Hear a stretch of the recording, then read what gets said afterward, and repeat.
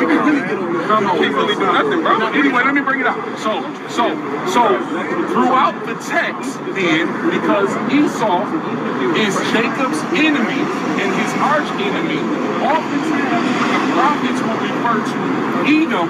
They're using that term in general to refer to the enemy nations. And so when it says Jacob is the end of the world, in that, hold on, I'm almost done.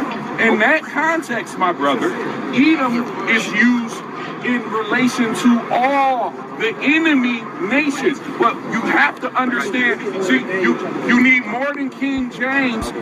The brothers, the apostles of James Script Millstone. Shalom to the brothers out there pushing this work in sincerity and in honesty. This is a share from James Vigilant, James Jamaica. And the brother, quite a few brother did response video on this. But the brother from James, South Carolina, I was watching his video. And he made some great point as well. So I'm just gonna add to that with some points and some other scriptures that the brother didn't mention here. And this is going to be a short one, a very short one.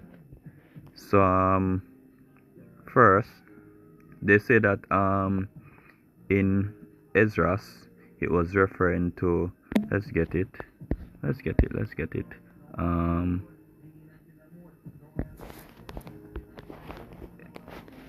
Second Esdras, Esau the end of the world.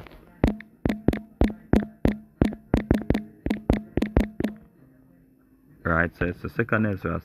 So for Esau is the end of the world, and Jacob is the beginning of it that followeth. Right?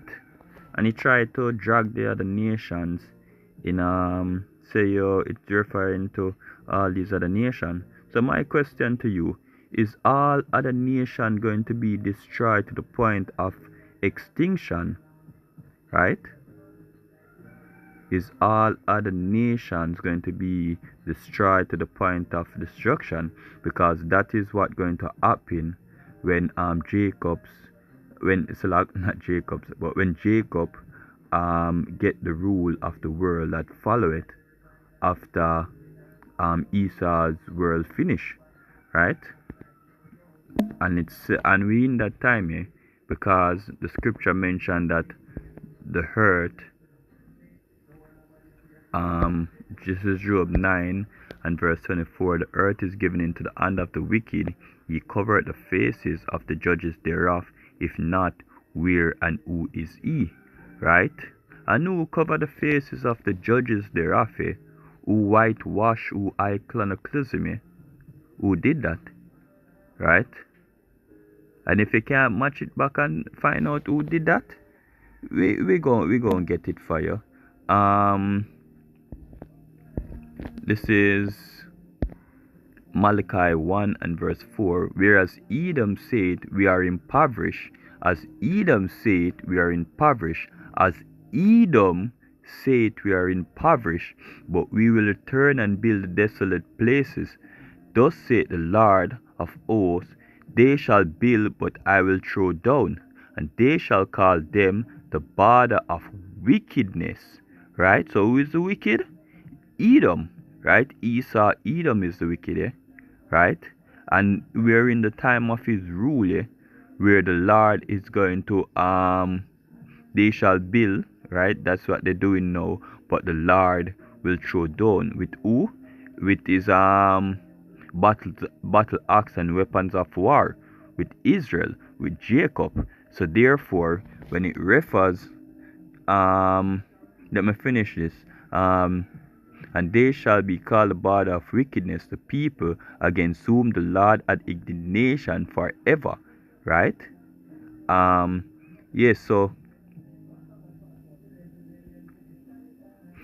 when the scripture mentions, say, Esau is the end of the world and Jacob is the beginning of it that follow it, right?